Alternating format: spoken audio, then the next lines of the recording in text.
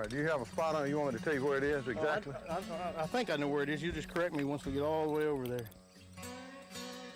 Do I have her in too shallow? Does she need to be deep? Yeah, she needs to go a little farther Yeah, she's back. got to go farther back.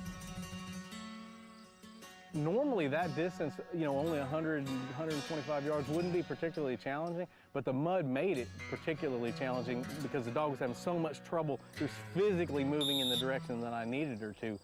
Back! Back! Just having to slog through that soft bottom. So it was quite challenging, and I was proud of her that she got there and got it done. If she go back there, she's gonna be downwind. Come on, man. Right there, right there. Find him, baby girl. You got it, all right, good dog. Woo. Boy, that's how you retrieve a duck. Good job, Jerry, as well as It wasn't me. Gaines. Well, you Got handled it Jerry well. sweating as much as me. You trained her. Damn straight, son. I'm like, I can't put my dog all the way out there and not get the groceries. Yeah. Jerry, boil this down for me.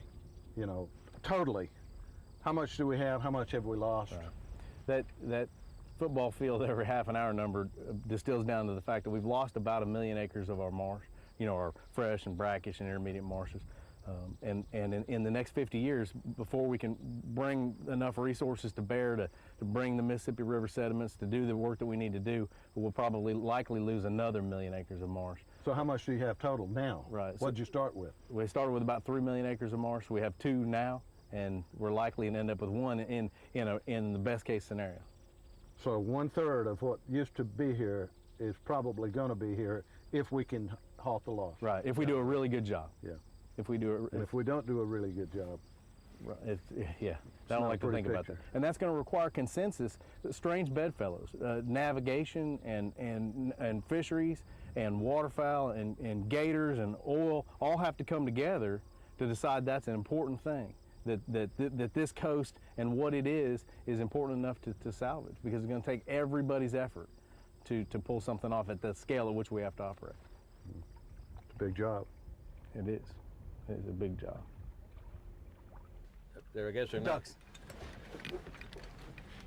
See him right there, Sam? Oh, yeah. Coming.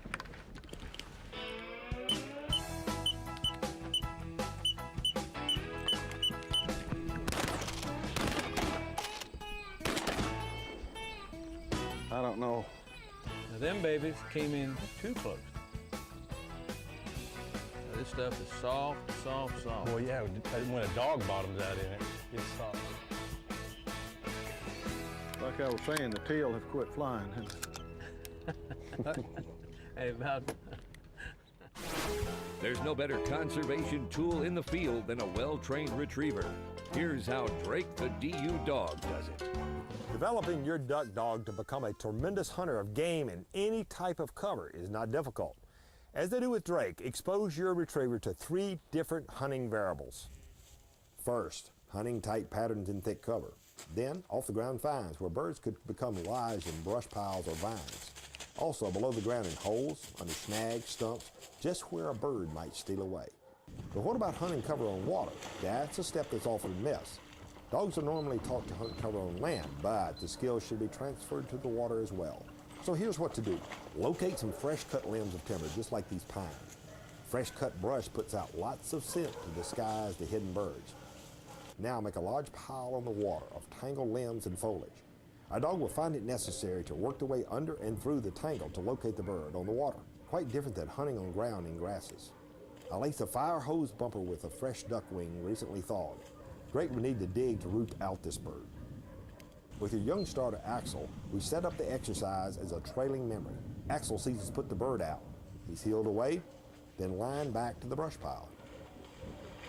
As for Drake, he runs this as a cold blind.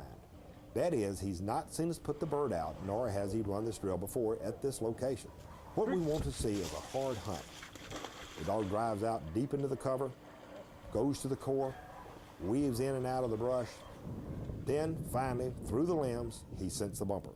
And we have success. Now we have a simple exercise anyone can do to prepare their retriever to become a keen hunter on the water. So, best get started, right, Drake?